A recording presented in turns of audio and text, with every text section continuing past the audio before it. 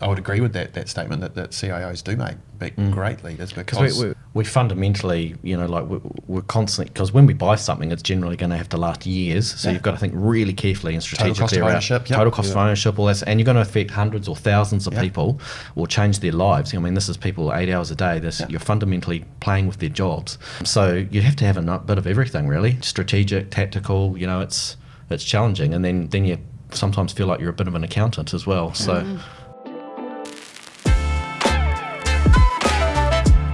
Kia ora everyone, I'm Troy Hammond and I'm the host of this brand new podcast series around the TA table. This edition is the CIO edition. It's a new podcast format that we wanted to bring to you because we've been getting a lot of feedback based on our previous podcast or our other podcasts that they want to see more people in the public sector, they want to hear from more people in the private sector, and rather than just startups. And so this is a new series where we're going to be getting SLT leaders and people around the table to talk openly about what happens in their world, to talk openly about what their fears and what their successes are. And as I keep saying, we've got to stop tall poppy in New Zealand. And so the more that we can talk to and learn from the people that have ridden the elevator up, that we can send it back down filled with rich information to give to people so that they can grow their careers and we can help New Zealand Inc. And I think the best way that we can do that is to get good, amazing, smart, talented people around the table. And so in today's edition, we're going to be talking to CIOs of the public sector in Wellington today. And so let's get around the table and see who we've got here. Thank you everyone for coming. It's obviously extremely challenging to get everyone's diaries to align, so I really appreciate you taking the time out and doing this so that we can get this out for everyone to see it. I thought it'd be a good way to start by going around the table and just quickly introducing ourselves. So we've got Richard. Yeah, morning Troy, Department of Conservation. Excellent. Suzanne. Yeah, hi, I'm Suzanne Pullman and I'm the CIO at the Commerce Commission. Thank you. Quin. Kia ora, Quin. I'm the CIO at the Ministry of Health. Excellent. And Julie. Kia ora, Troy. Julie Watson. I'm from WorkSafe. Excellent. All right, so I think maybe a good question to start, and I'll push this over to you, Quin. 2024, what does the role of a CIO do in 2024? Probably split that into, I guess, personally, for me, I've just started with the Ministry of Health a couple of weeks ago, so it is, the first few weeks, it's all about understanding the organisation, the priorities, meeting my people, working out the kind of history of the organisation and what it is that my peers and the senior leaders want from our function. So kind of that's my perspective. The other side of it is from our profession, my peers around the industry. I think this year's a massive year of opportunity for us. As a cost of living crisis, we're all feeling the pinch at home with groceries or all our day-to-day costs. There's a whole lot of pressure in the system and a whole lot of demand for more too from us professionally. So I think we hold many of the solutions. There's a lot of inefficiency in the workplace. There's a great opportunity to do more or to do things in a better way. And I think our people, the partners we work with, hold many of the keys to those solutions. Our job is to try and unlock some of that through the skills that us and our people can bring. Do you think, I might throw this over to you, Suzanne, do you think your customer base now has a better knowledge of what technology can do for them or how they can help them? And do you feel extra pressure because of that now that technology is so more common? Yeah, it's an interesting one. Our workforce in particular is probably on both ends of the scale. So we've got some really intelligent data analysts coming in at the Commission and they are far advanced in that area and what they're asking for. We're almost playing catch up in some of that space. On the other end of the scale, we've still got a lot of people that really don't even want a laptop. So how do you get that in front of them? And that, I think, is its own challenge, is how do you meet both of their needs while still delivering for the whole organisation? So, yeah.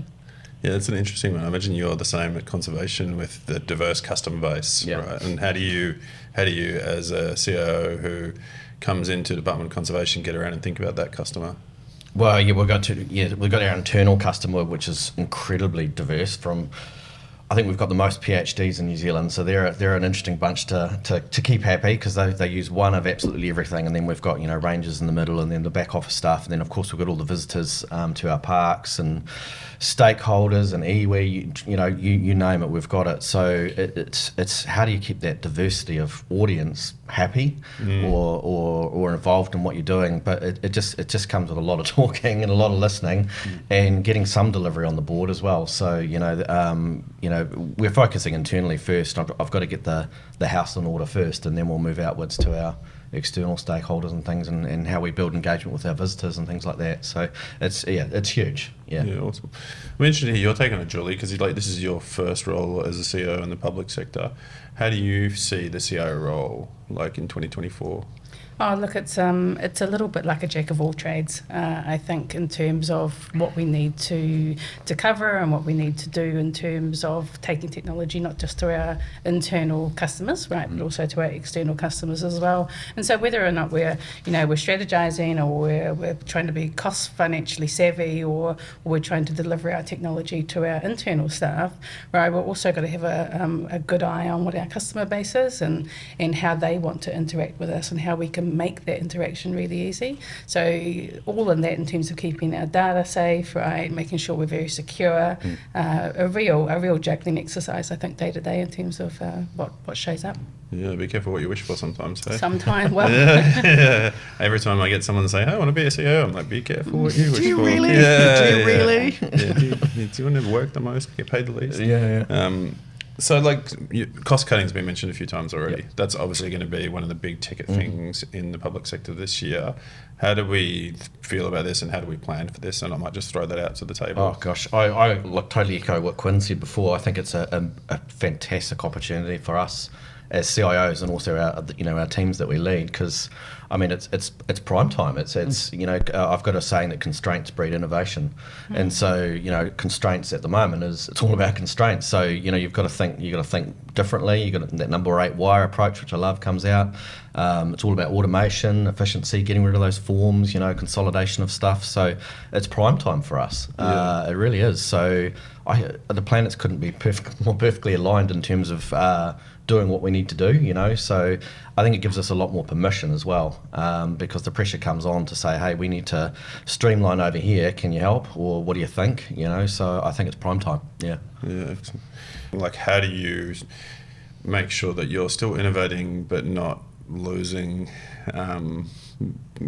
that innovation by cost cutting, Julie? I know that WorkSafe had a big innovation team. Right? Look, in terms of just answering your question, probably innovation is fostered out of curiosity, out of the culture of the organisation, about really focusing on those roles or those employees that have got that genuine desire to fix problems. And I don't think you can say you can't have innovation without cost cutting, because I think if you don't encourage that desire to fix problems, or you don't create that permission or that license to operate for those employees, then you're never going to get innovation regardless of how much money you've got in that organisation. So fostering that cultivation, I think, is how we continue to be innovative. Yeah. And is the common term, do you think this year going to be, okay, let's cost cut so we can just throw AI at it? Yes. That's come up. That's come up many a time, and of course every man and his dog can do AI now. So my son can come in and do that for you. Yeah, okay. Yeah. So it's AI's been sprinkled over everything at the moment, all built into everything, and it is quite challenging for government, because every time something new comes along, they security, privacy, all the rest of it, but it's been baked into everything faster than we can probably keep up with. I've been in this game for a long time, and it's only really in the last year or two I thought, shit, I'm having trouble keeping up now with what's going on. Previously you could sort of keep on top of it, but now it's wow.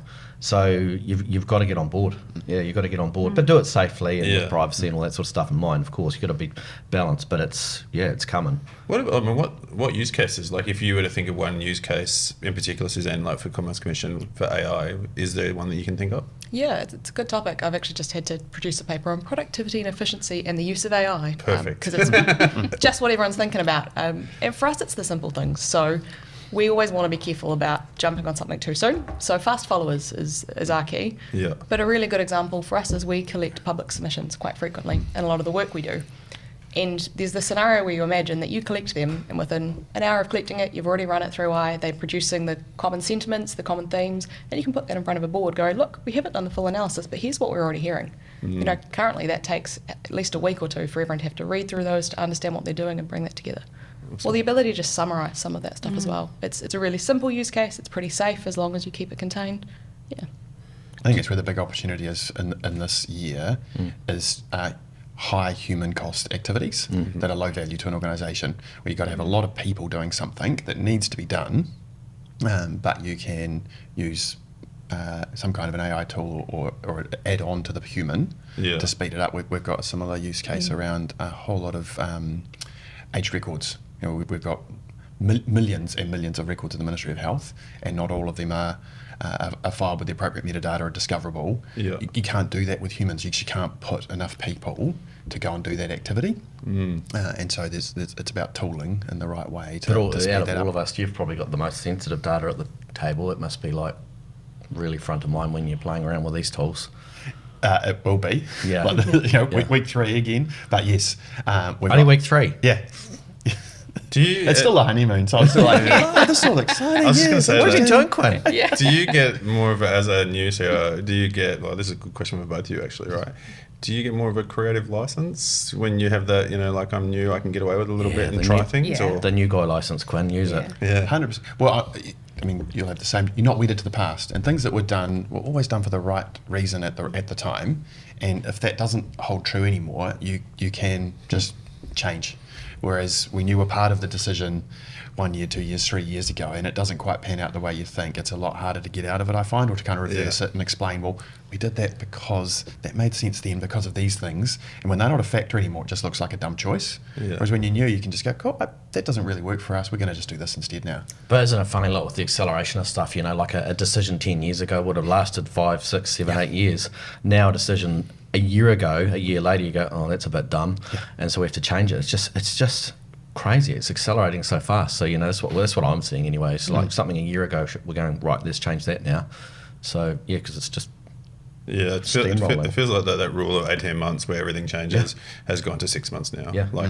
And it's pertinent now. Like AI, I feel like has obviously accelerated very fast. But if we think about blockchain before it, like blockchain was there and you're like, oh, is this really going to be a thing or not? Well, AI is definitely a thing. Yeah. It's just how we do use Well, it. so for me, IoT, we're probably going to, we have probably got the biggest IoT use case in New Zealand, and I could invest millions into it now, but a year later, or even 6 months later, it'll be totally obsolete.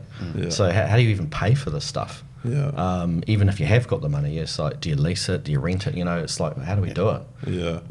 I think there's quite a bit of misconception with AI as well. I don't know if you find out in the business as well. It's a real threat, right? And whether it's legal or business, they're really worried about what AI might do to our data and our security and our privacy, and it's just about an educational piece as well. I think that AI has a lot of capability and can create a lot of process improvement for us, and we're all pretty keen to get on board and get it engaged, but we've just got to do it, as you said, Richard, in a really safe and transparent way that gives our businesses and our governments confidence that we can do it well. Have you felt the fear for my job type problem with AI, and the robots are coming? Yeah, I think robots aren't going to take over the world. They're not going to take over every role that you have in an organisation. And if we can, as Quin was saying, if we can allow AI or large language models or quantum computing to generate large quantities of data and take away that boring stuff, right, or that manual toil that so many people are doing, and give them the opportunity to do the really cool stuff, I think that's a great return.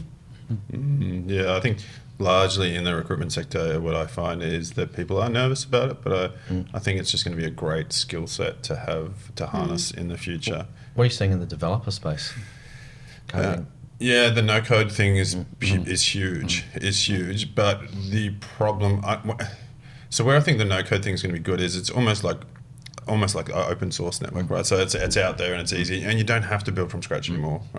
But I think there's still that creative license or that integration problem solving piece that's always going to be needed. And so I think it's just the honeymoon period, like with the AI, like everything else. Everyone will find their feet initially and find out.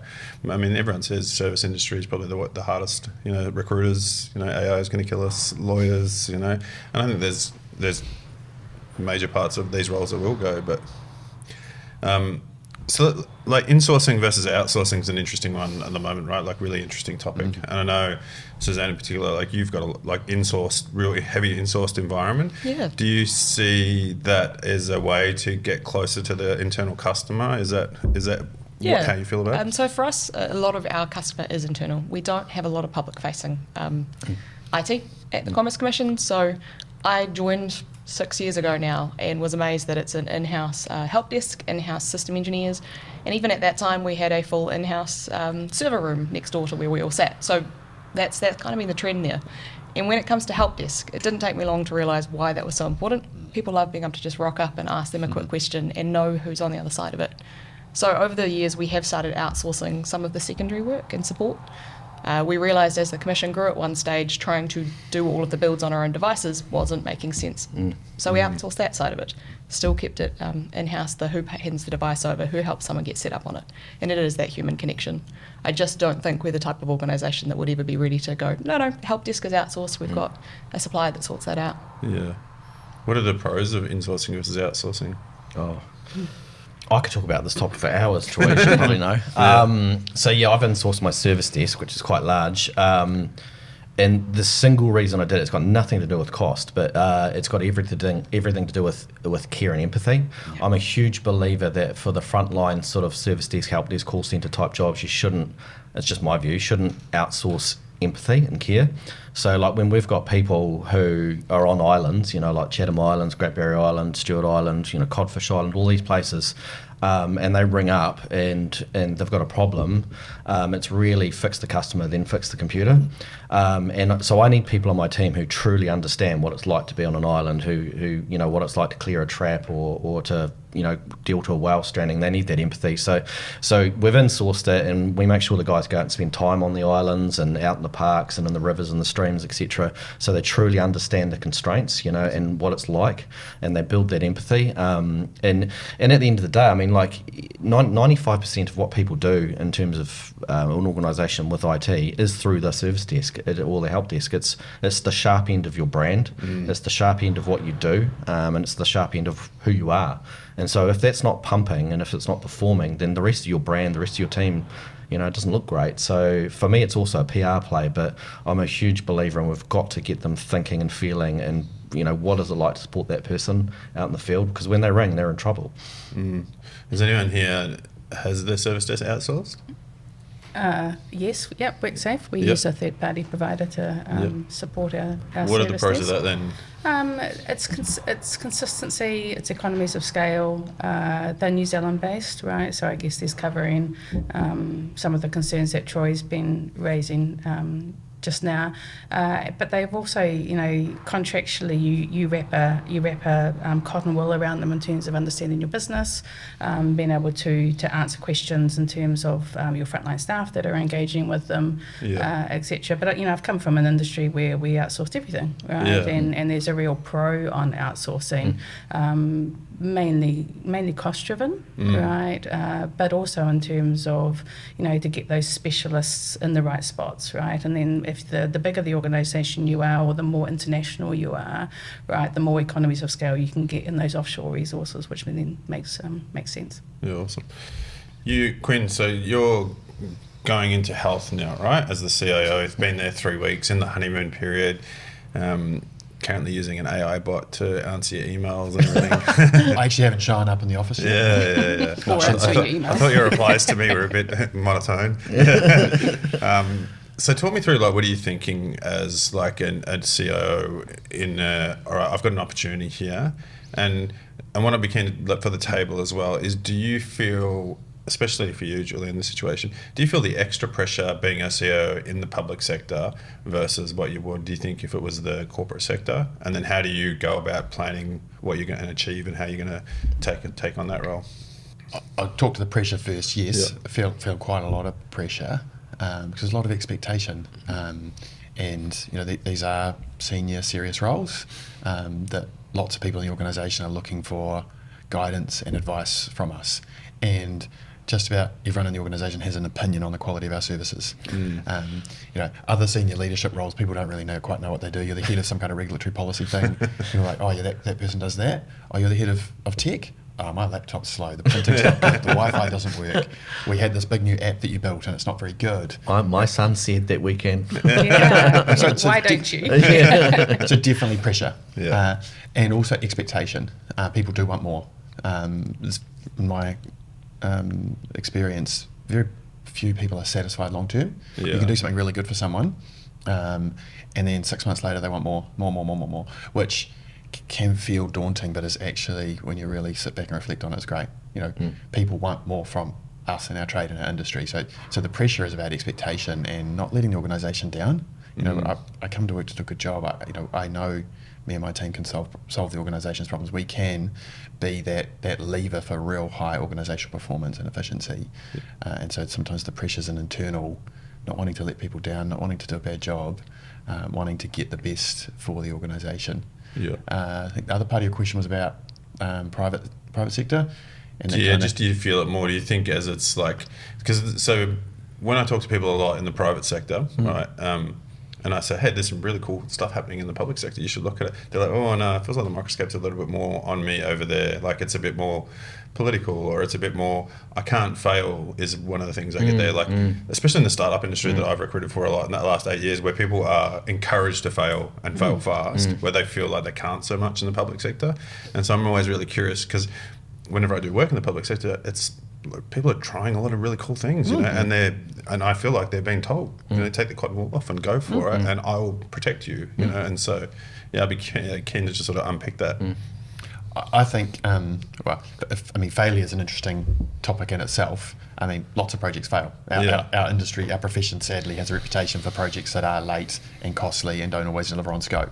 That, you know, anytime you talk about big IT projects in government, that's kind of the first thing that pops in a lot of senior leaders' minds, and that's why they're often scared or worried about big IT investment. So things do fail, and that's okay. I think for us, it's creating that environment and that culture where our folks are comfortable to learn, and they do see that learning and failure as part of the same thing, and achievement on behalf of the public of New Zealand. I mean, a lot of the people who come to work for us care about the work we do, whether it is Department of Conservation, helping New Zealanders come home healthy and safe, better health outcomes for New Zealanders. You know, people come and work for us because they want to make a difference to this country. And I think that's something we lean on a lot in government, and the people who feel like they can make a difference and want to make a difference use their skills for the betterment of our country, come and work for government. Yeah. Suzanne, is it easier or harder having a smaller agency that you work for as the leader? Yeah, it's an interesting one. So we say smaller, but when I started it was maybe 270 staff, and we're about 500 now. Wow. So that in itself was massive challenges. Just how do you Scale well, and still be, as you say, you know, you need your service desk to still be able to support people well. You're only as good as the last internet outage or something that goes on. So how do you scale well for that? I do think it's been interesting though. I do feel that at least I know a lot more about the Commission. I understand them, and it helps me make decisions when I can actually go talk to a person and understand what their job is and what it looks like. I imagine that's a lot harder in somewhere like the Ministry of Health, where you're not even on the same site as all of your colleagues and what's going on. So really helpful in that sense. Also means that in terms of what we're doing, the projects aren't probably as expensive either. So smaller scale budget, it gives you the chance to have projects that might not go as well, but you've tried. Because you're not going to end up on the front page of the paper with a smaller cost of the project failure versus some of the $1 million ones that may have. But there is still the scrutiny. So we get questions around how much all our IT projects cost, and there's that Official Information Act and what we need to make publicly available. So you do always ask that question, what would this look like if I was a general public on this project? Is it something that I would agree the government spend money on? And it's an extra little question you might not The ask front in page private. test. Front page test, it's such a big thing. Yeah. I imagine that it's great and challenging when you're more available as a CIO. Like people can just walk over from the service desk and chat to you, right? The service desk is one thing. I still find it quite amusing when I'll get emails from just general staff asking me how to fix a problem. I mean, here's my service desk. Give them a go. But that's obviously a good thing that they feel that you're approachable. Hey, Julie, talk me through. So, like, what do you see as the big differences coming from the private sector into the public sector now? Like, what surprised you and what excited you? There's similarities and there's uniqueness, and I think the similarities are, you know, the staff engagement, the retention, you know, the strategy, the vision, risk, cybersecurity. They're all really similar, right?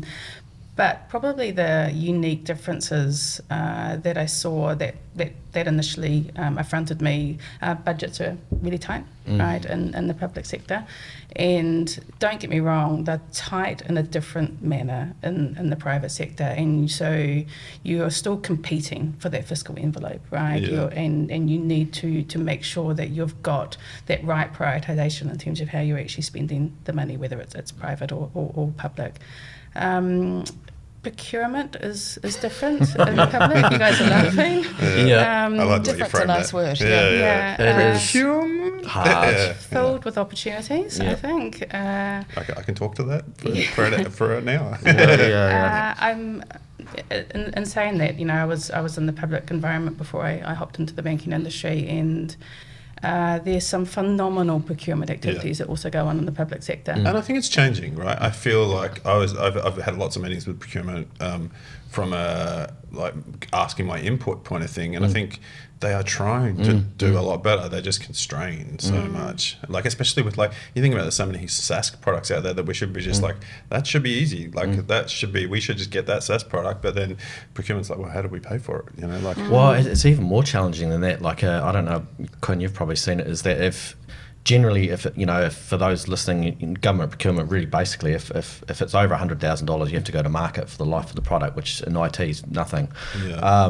So if you go to market for something, the little SaaS providers, and some of them aren't little, of course, they don't apply. No. It's not in their interest. They don't have teams to do RFPs. They don't look for RFPs.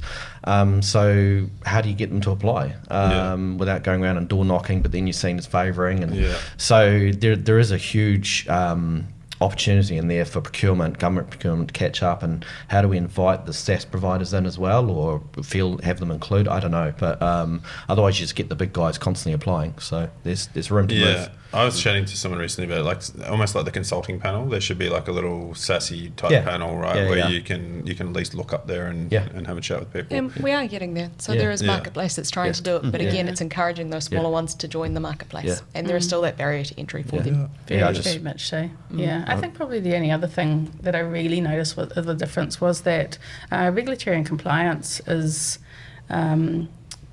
very different, but also very the same. So I've never seen regulatory and compliance any higher than in the banking industry. Right? Yeah, of course. So there's an incredible amount of focus on risk and compliance there, which I don't think we quite see in the public industry. It's changing every 5 minutes, isn't it, in banking? Yeah. One of my friends is a chief engineer at a bank. Well, I was a chief engineer at a bank, and I asked him, I said, what's the difference? And he said, you can't get anything done in a bank. He said, he goes, I almost tried to set up a car wash where I could say, look, what are your projects that we can just quickly get through the car wash and we can push out so we can start releasing and achieving stuff.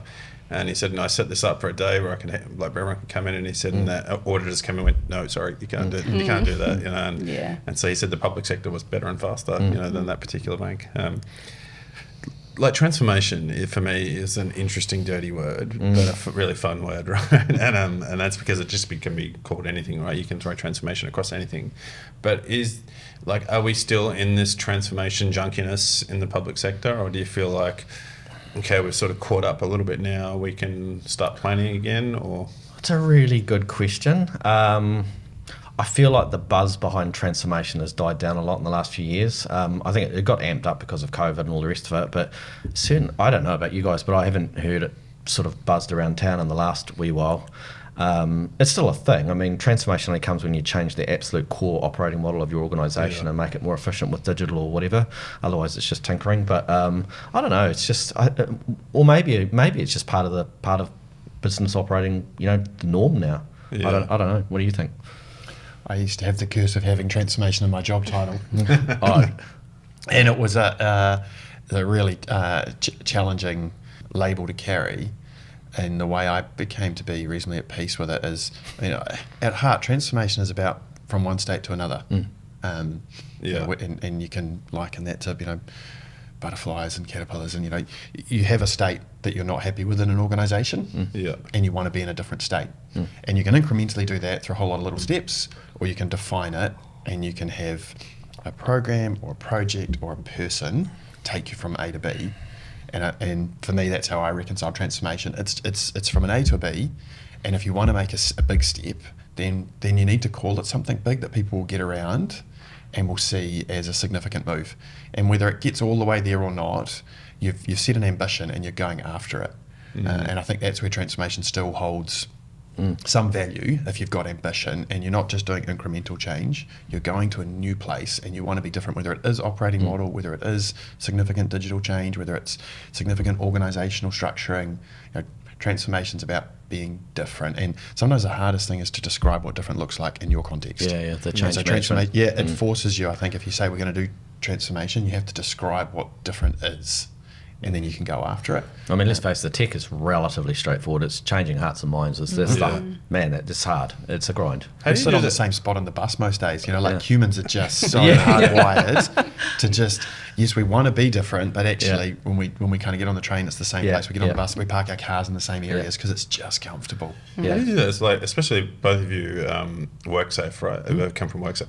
Especially when you're, like, I'm putting myself into the mind of a CIO at WorkSafe, and I imagine a Oh, lot good. of people out there. Hired. I'm the new AI, yeah, I'm the new AI, and so I think I'm imagining a lot of people out there on the front lines in, you know, physical jobs probably aren't au fait with so much with technology, nor interested in it, right? And then so you can't just put Cotter's 8 steps of change on the wall and say this is how we're going to run it, guys. Everything's going to be okay. Like, how do you then have to think about that when you're going through a big change?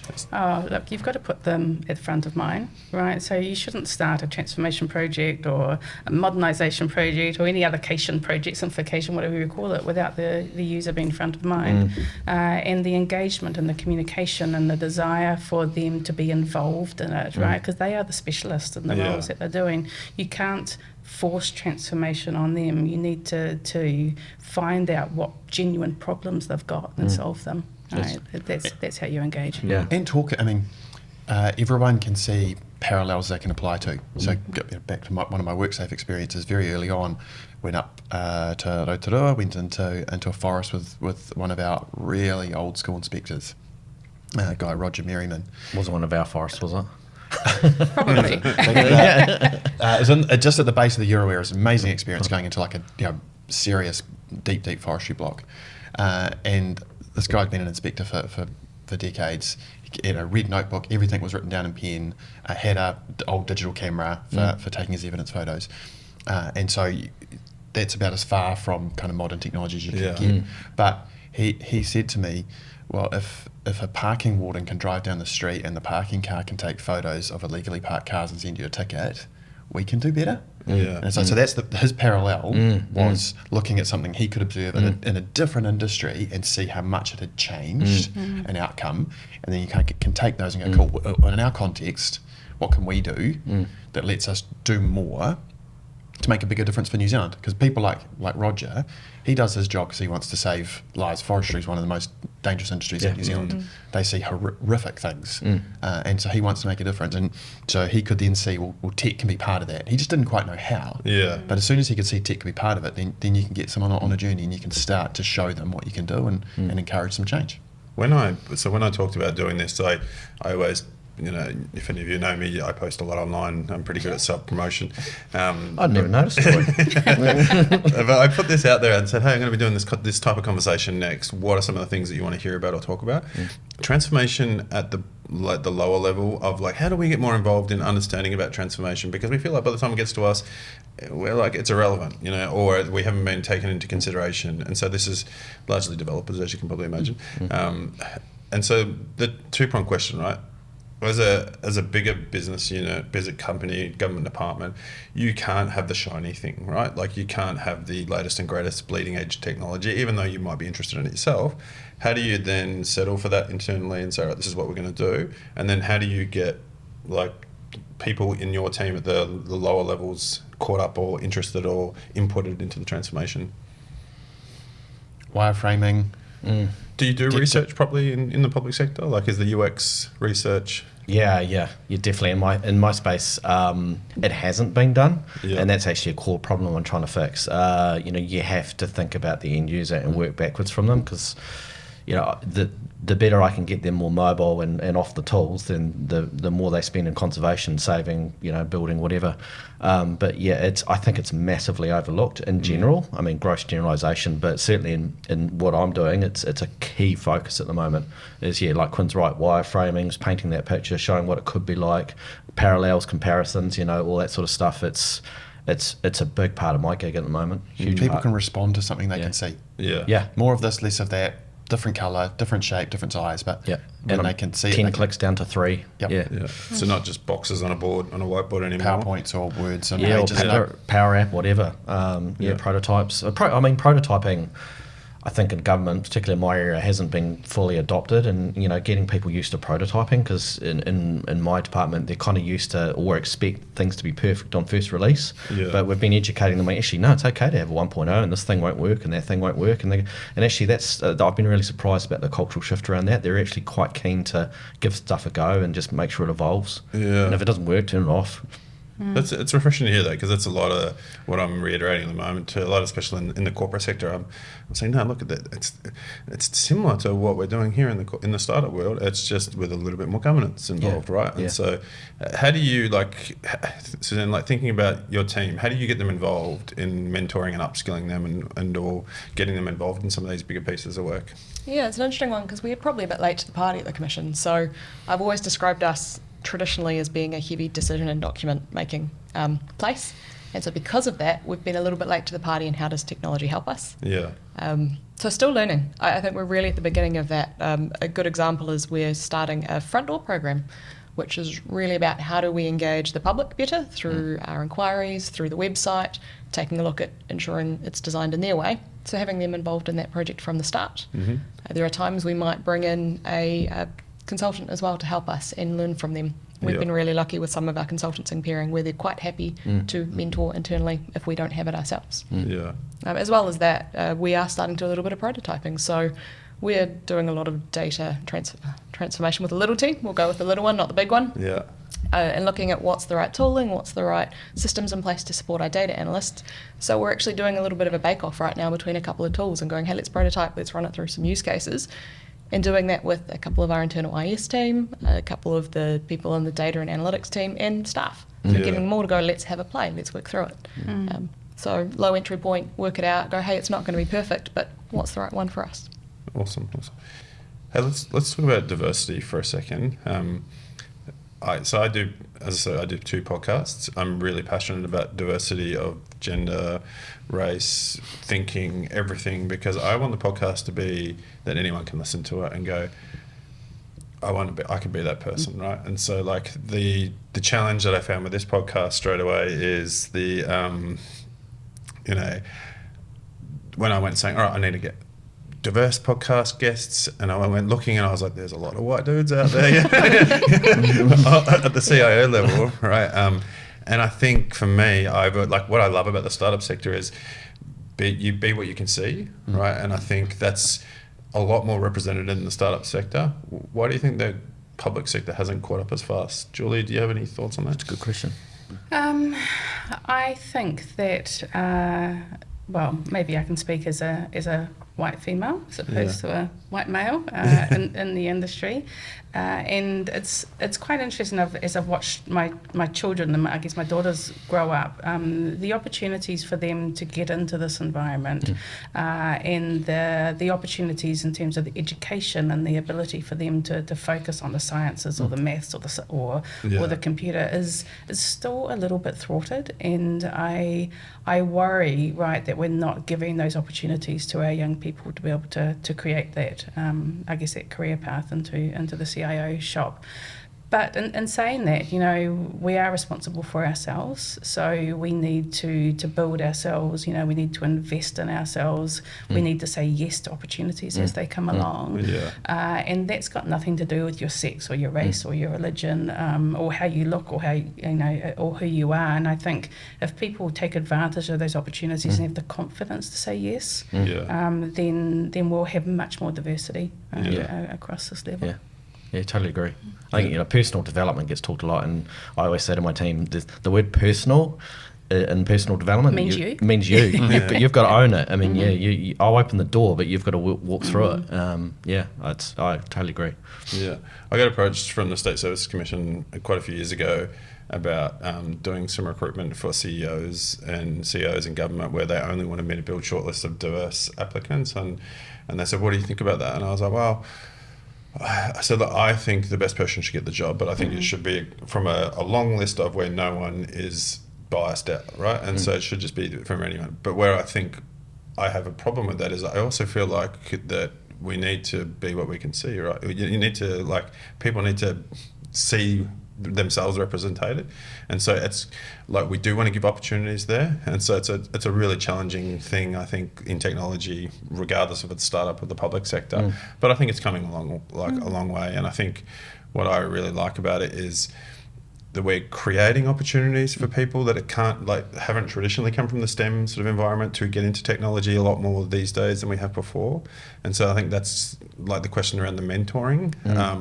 Where have the mentors of your lives come from? Like, has there been someone that's really saw something in you and then helped you with your career? Oh gosh, I don't really have mentors. I sort of try to learn from everyone, including people who are, my staff and that. But this sounds awful, but I've probably learned the most from one of the worst bosses I've had. Yeah. Sorry for those watching.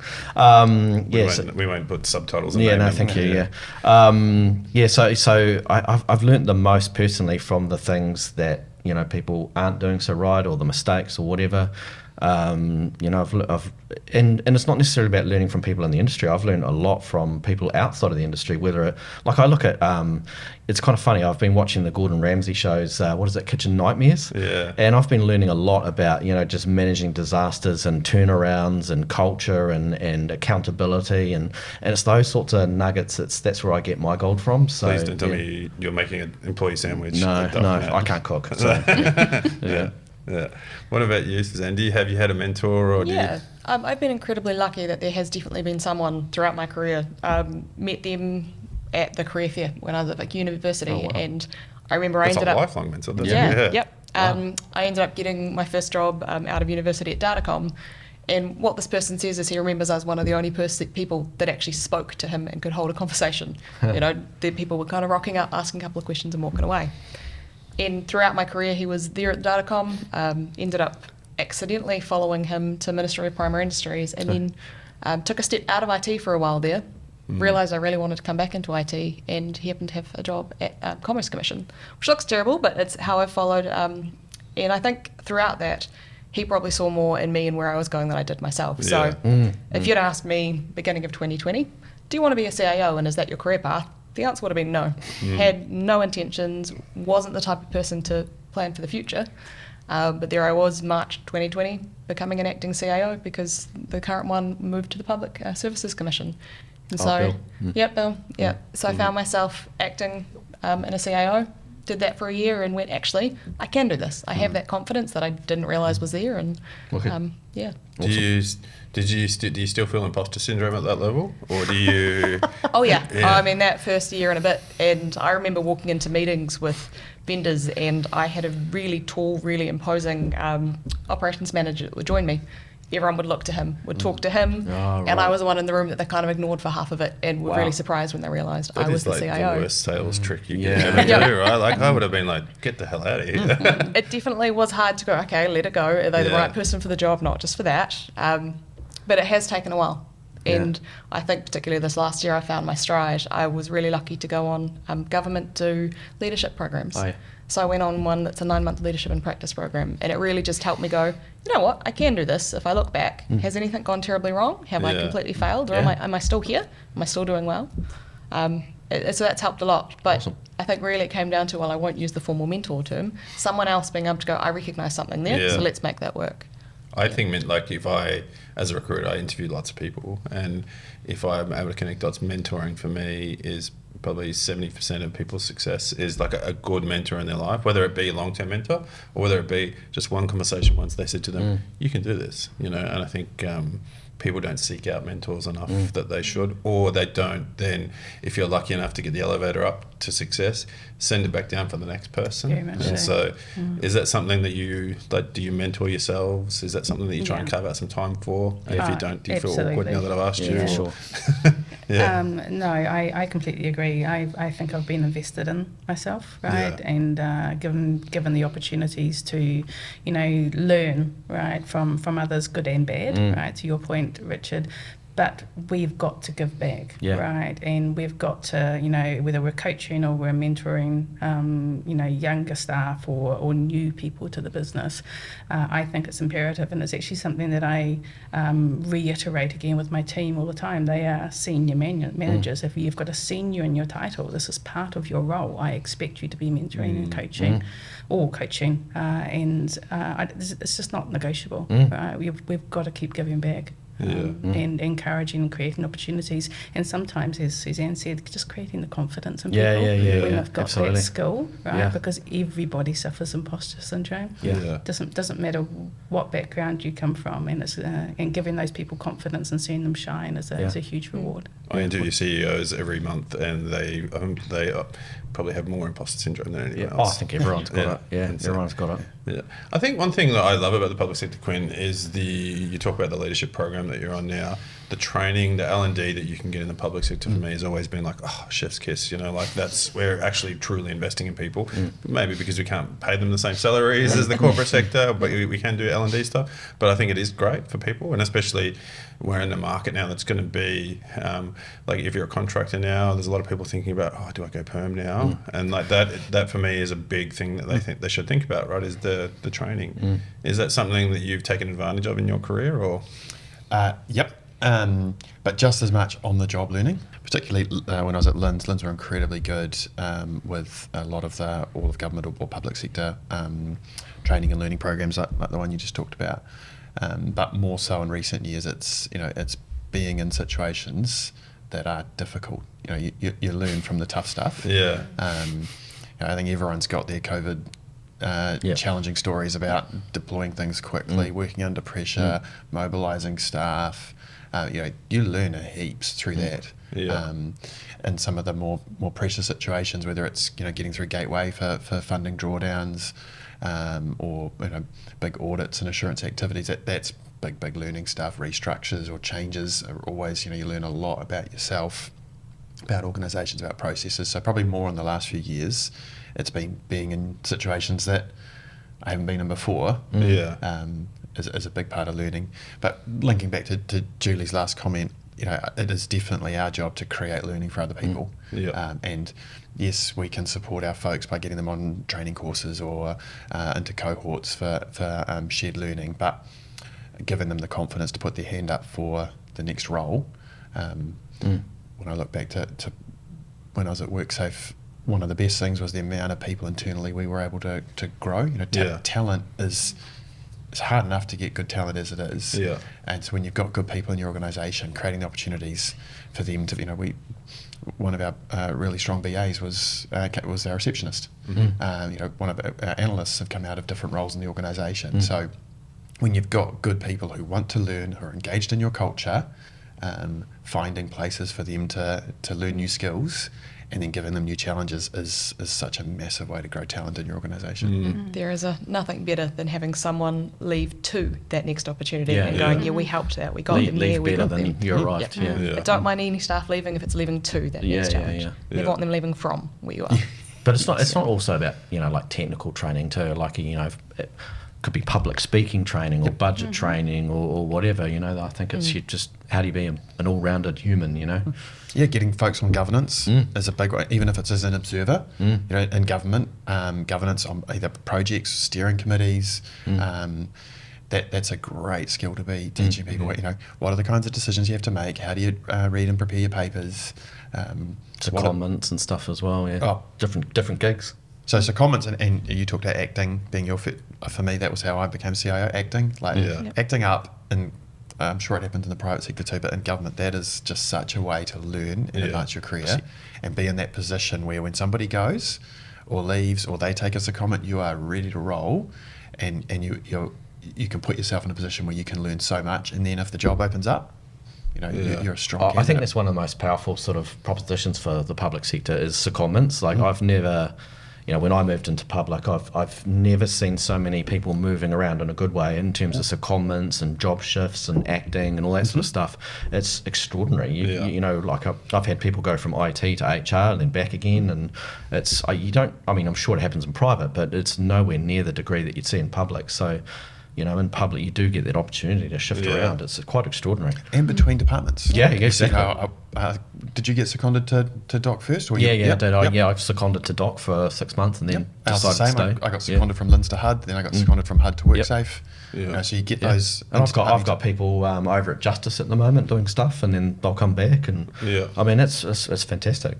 Yeah, I always thought of building a product that was like, I even had a name, Secondly, because for me as a recruiter, sometimes I was just like, I'm just taking people over there and putting them over there because you just don't know that program's about to finish, but I know because it's my commercial job.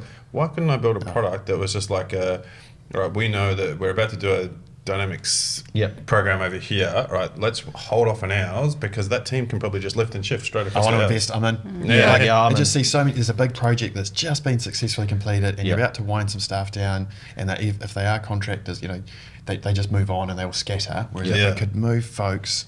Look, we've got this problem over here. We've got this now. I think Quin and I, you've talked about, and you and I have talked about this before. I think it's a massive opportunity for us.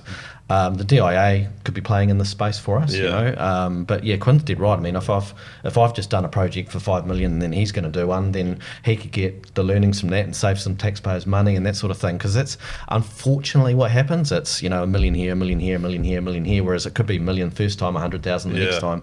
So there is some sort of sharing that we need to probably do a better job at there. Because building inertia is so hard to get that momentum into delivery. Forming teams, forming projects, forming work activities. If you have people who are working in a rhythm and you can move them around, I think we could do. I think it even applies to software licensing. Like if I've got spare software that I've got to hold on to for a year because I'm committed, but you need some of that, then why couldn't I give it to you, kind of thing?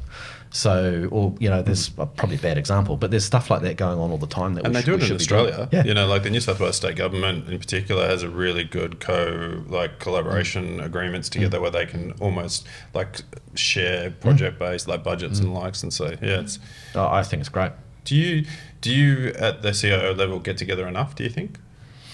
No. I don't think we share enough, right? And so, Quin and Rich's example in terms of, I've just developed this, but I don't know that Doc need it. I don't know that the Commerce Commission need it. And they don't know that I've done it, right? So I think there's a real time and constraint issue that we have in terms of showcasing what public service. But even when we do, we all need a cloud thing. We all need a ServiceNow thing. We all need a laptop. Great cybersecurity. We all need this. We all need that. But you're right. We I don't think we do talk enough. No. I really don't. So no one's fault. Don't do it too much. You'll put me out of a job. I think there is a monthly CIO forum, but again, it's making sure you attend, and that's just the beginning. Yeah, there was one yesterday, I think. Yeah, I try and connect with similar agencies. So I have quite a good relationship with the Financial Market Authority CIO because we're similar. We use similar technology. We're doing very similar activities in terms of the investigations. So at least we're trying to share and go, hey, if you're doing this and I am, if we develop some great little code, can we switch? And that's the start. And shout out to Bill Moses too. I mean, he was definitely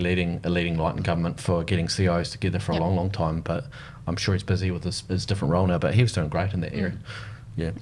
Yeah, well, that's kind of like what I'm trying to do here, right? Is just to get it out there a little bit more, talk about things a bit more. We have a real tall poppy thing in New Zealand, which I really dislike. Like as I'm an Aussie, I've lived here. I'm half Kiwi now, I reckon, like 18 years or something. But I find that over here, if you do something well, people just don't talk about it for fear of being shot down, and it drives me mad. But it also links to your failure comment before, Troy. I mean, there is a bit of that you don't want. I mean, it's sort of the reverse of tall poppy, but the same, that you don't want to be seen as a failure. Or try something that's failing. It is baked into the culture. And and it's really hard for if someone does an awesome job at something, if you put it in an email saying, hey, Troy did a great job of this. Quite often they don't want to talked about. Just keep quiet. Yeah. It's that humble Kiwi. Yeah, exactly. Yeah. Is there the scare or the fear of like the X projects that I won't mention by name? I'm sure we all know the last 10 years the projects that I'm thinking of. Is there the fear of that in the back of your mind? Yep. Yeah, 100%. The front page news, as you said before. 100%. Yeah, it's I don't know about you guys, but you think about it all the time. Yeah, all the time. How do you get away from that? Like, is it just? It's good and bad. I mean, it's good because it really forces you to think hard, critical thinking. Make sure you're making the right decision. But then, you know, there's the unhealthy side of it that, you know, what if I am attached to this thing if it fails or whatever, and it does make you want to work, you know, sometimes too hard on something, which can hit your mental health, you know, so because you really don't want to be associated with something, so you're really in the weeds, and you got to make sure it's successful, you got to make sure you look good, and you're reporting the messages to the CEO and all this sort of stuff. So yeah, it's front of mind all the time. Because it is also for our authorising environment. No CE wants to also have a massive IT project failure. And so, you know, CEs, execs, risk insurance committees or boards get quite concerned about big IT spend or big tech spend because they feel it's risky too for them, which just creates more of that. That can be incredibly pressurising. And I think there's an education story there for the government, because like we do look after and support, when I say we, I mean government, massive swathes of New Zealand and the population. So for example, you know, like if I spend millions of dollars on an asset management system, we're managing $10 billion of assets and 30% of New Zealand. I mean, it's a quantum of scale that I don't think people quite understand. So sometimes you've got to explain that story, and maybe there's an opportunity for us to do that better. What keeps you up the most at night? So I can answer that one initially. What worries me, cybersecurity. Right, across government. Right, that's worrisome, and data protection. Information management. Just. Do you feel more vulnerable at the user level, or is it from hackers in terms of security? Like. Well, there's two. I guess let's check your question on that one, because you know threats come from inside and outside. And if that was your question, I think it's by association as well. And I've been, you know, lucky enough to be involved in a number of threat situations, and it's the by association that I've got something that I just by chance associate with Richard or with Suzanne or Quin, right? And so by then they are associated, they're impacted as well. So that's a real concern, I think, is our maturity in both of those environments, and making sure that as a government we're working really well together. But that's private as well, you know. You have private threats or incidents that affect public environments. So it's I've been talking a lot at the moment about information warfare, because, like, especially with friends of mine around the world that are working security, especially in the public sector around the world at the moment, there is a lot of risk around hackers and people trying to, like, sensitive information. So I imagine that it would definitely keep me up, you know, at night, especially if it was health, you know. No pressure, Quin. Did you only just go there because you're like, ooh, COVID's over, you know, I'm going to health now. It's not an attractive asset at all. That must be challenging for you, like in terms of thinking about the data leaks and. We had a pretty high profile situation over the last couple of weeks with some ministerial briefings being leaked, and that goes back to insider threats. It's not necessarily an international cyber threat. It's just the internal risk of folks leaking content, which is just as hard, if not harder, to manage and detect and look after. But that's your number one thing, is it? Keeps you awake? So.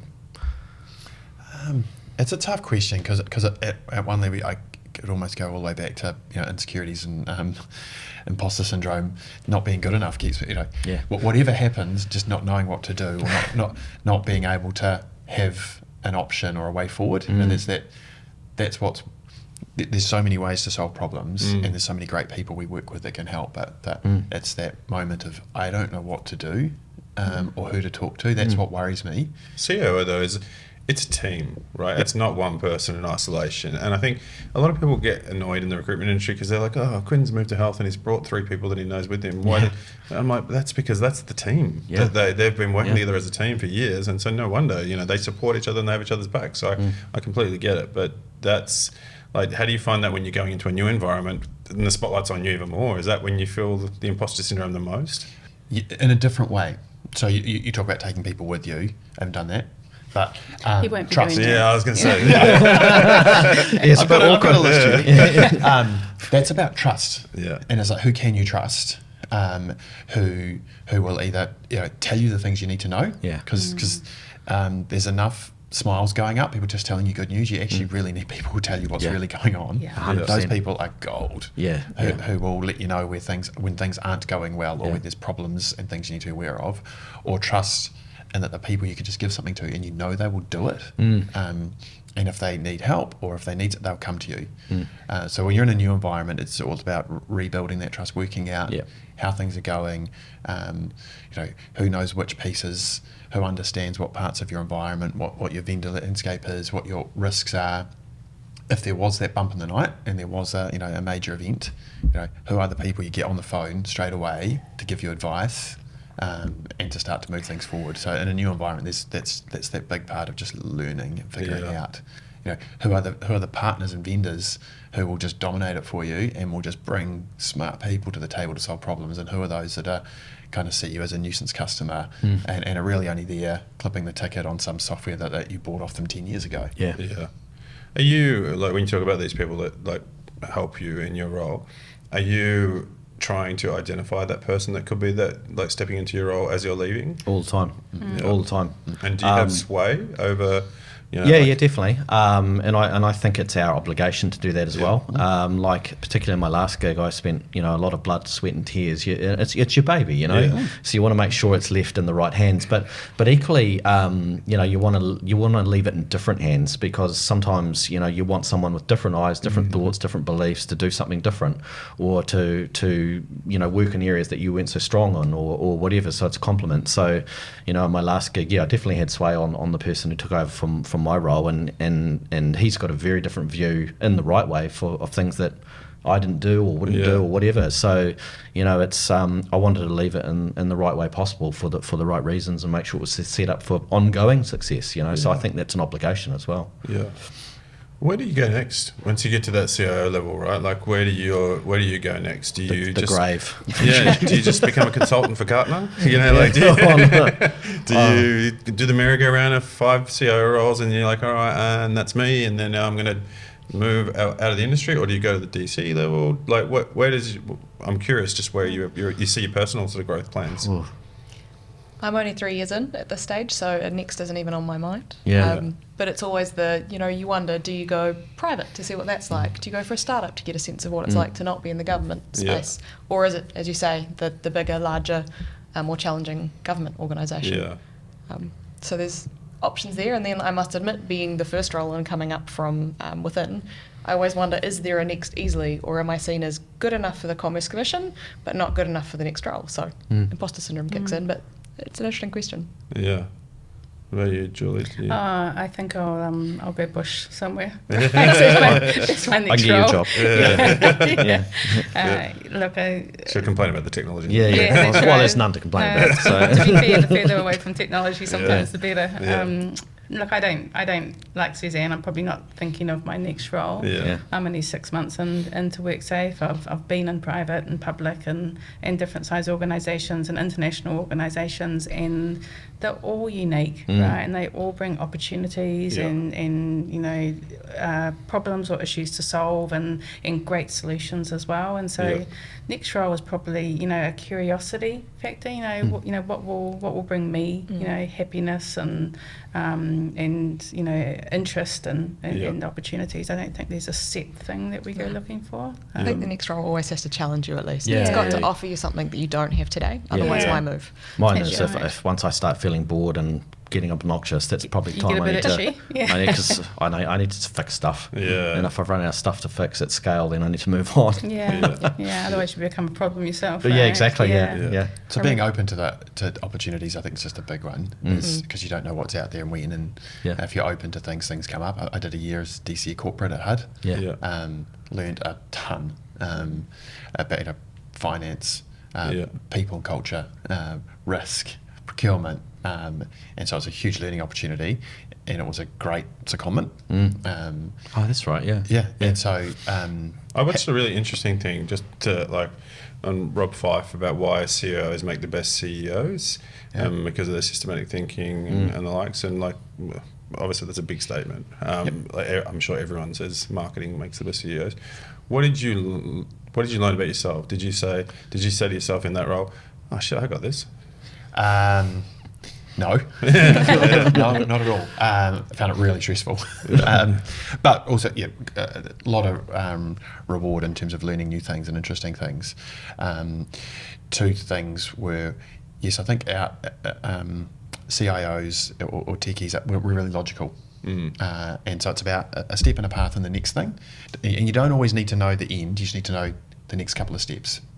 And being confident that when you've got the next couple of steps, you'll find the next couple. So, I mean, finance, heavily rule-based. Heavily gate-driven, heavily step-based. So, you can map things out. So, I'm terrible. Rongotai College, sixth form. I did cabbage maths. But I'm reasonably good at following logic. And so I can ask good logical questions and see next steps, and had really good people. Same goes with HR. That really strong rule base that sits behind ER. And so, the skills that we have from our industry, I think are pretty good. And I do think we have a very strong delivery ethos and a very strong service and customer. We are here to do something for someone. There's a person at the end of it. And so that time in corporate, there's a person, there's a healthy organisation, whether it's lifting culture and engagement, that's across the organisation. That's a service offering. We want the organisation to be the best place to work in the public sector, or higher than benchmarks in certain areas. I would agree with that statement that CIOs do make great leaders, because we fundamentally, we're constantly, because when we buy something, it's generally going to have to last years. So you've got to think really carefully and strategically around total cost of ownership, all that, and you're going to affect hundreds or thousands of people, or change their lives. This is people 8 hours a day. You're fundamentally playing with their jobs. So you have to have a bit of everything, really. Strategic, tactical. It's challenging, and then you sometimes feel like you're a bit of an accountant as well. So. Well, not sometimes, most of the time. Gone are the days when IT is just sitting in the back room in the server room, right? It's very front-facing now. Very much so. And we're quite resilient, I think, because we do fail, right? And we do have to pivot constantly, right, to get to the wherever we're going. And I think that resiliency, right, that we build up becomes a real skill. Sometimes we don't recognise it. No, that's true. You're constantly looking for that next alternative option to get to the end game. Or to make something better, to improve it, to give a better experience, to give a more efficient solution, to give a cheaper outcome. That it is a betterment industry. There's just no such thing as status quo when it comes to IT. So you're right, you're always looking for how to improve. Isn't it? You're always juggling. So hey, I definitely don't subscribe to the shoot people down culture like myself. As I said, I believe we should be lifting people up and showcasing success so that we can send that elevator back down to filled with rich information to make it easier for the next person to get up. And so in the spirit of that, if I was to go around and ask you all individually, someone watching this right now that has ambitions or aspirations to be a CIO, CTO, C-level person, what's the one piece of information that you would say, this is something that I would hand over to you to think about? Good question, Troy. If you're a true blue technologist, I think that will make it harder for you. I think you absolutely, and this sounds really cliche and Steve Jobs-ish, but you absolutely have to understand the end user, and you have to constantly think about the end user experience backwards, and then obviously match that up with technology. If you're all about servers and networks and switches and stuff, it's not going to be great. But I think if you mash that together with the end user experience and constantly think about what are you here for, because at the end of the day, the IT jobs wouldn't exist if there wasn't users or customers or visitors or whatever. So you really have to fundamentally believe in customer experience, the best best user experience, and work back from there. So I don't know. It's an interesting question. I think that's the first thing that sort of came to mind. I don't know if it's a good answer or not, but that's fundamentally my belief. Is it's all about the end user and working backwards from that. And if you've got a strong ethos and operating model around that, I think you'll go far and be ready for it. Who are you serving? What do you think, Suzanne? I think following on from that, it's really important to almost be generalist, because in the CIO role, you have to be the ultimate generalist. I'm talking to engineers about the servers, and then through to a business analyst about the right way to get the requirements out. I think the best thing that helped me prepare for this was, I think, both Datacom. I probably had 12 different titles in the 5 years I was there. I even has a defect manager title for 3 months. It meant I understood through and through what was going on. At Ministry for Primary Industries, I took on a role completely out of IT to know what it's like to be the customer and go, oh wow, I see why everyone complains how slow we can be at times. But I think all of that prepared me to go, I don't know, I'm not the T idea, right? So I'm not a deep specialist in anything, but I know enough to call bullshit if I have to, and I know enough to help where I can. So really important to just try anything, say yes to the opportunities that come. Excellent. Quinn, what advice would you give someone? 100% off the back of that. Say yes to as much as you can. There are lots of opportunities when there's a working group. If you think you want to be involved, say yes, just get involved. When there are acting opportunities as a comment, say yes. It comes to personal development. If you have got aspiration, say you've got aspiration. Own it. Own it. And that was probably the first time my career started to move, is when I went, actually, I do want to do more. I would like to be in more senior roles. And I started to say that to people who could help me get there. Things happen. As soon as once you say it, things will happen. That's right. And you got to put yourself in the position to be the one they go, crap, we've got a problem. Oh, Julie can solve that. Or Quin's someone who always has his hand up. So just be ready. And opportunity, you'll be surprised once your eyes are open how many opportunities there are to advance your career, whether it is in different fields or within the just more seniority. When your eyes are open and you're ready, and well, actually, you're never ready, right? You are never ready. Still not today. I think if you're ready for the role after that one already. But if there's an opportunity, just have a crack. Just put your hand up for everything. Working groups, steering groups, learning opportunities. Just get into everything. It's funny, I read the other day, it was an interesting quote, imposter syndrome, when you feel that, it's something in your body that's telling you that you're ready. That was written by somebody kind. Written by my mum. That's exactly right. Yeah. I think the broadness of the yes and the opportunities, you've also got to be really genuine, right? And you've got to be really authentic as well, because your reputation follows you. Right, and you've got to build and that reputation based on who you are and how you show up and how you treat people.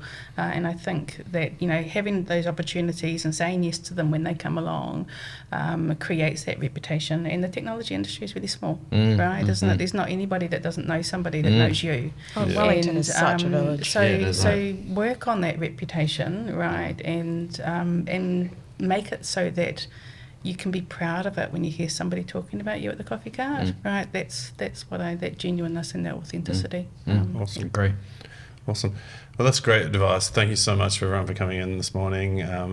It's really great to get everyone together. It's really good to start pushing this stuff out into Wellington, because that's essentially where I think people are going to start seeing this and saying, I can do that too. You can. They certainly can. They can. Everyone's got imposter syndrome. Everyone's learning. I think to summarise the last question is that just the getting out of your comfort zone.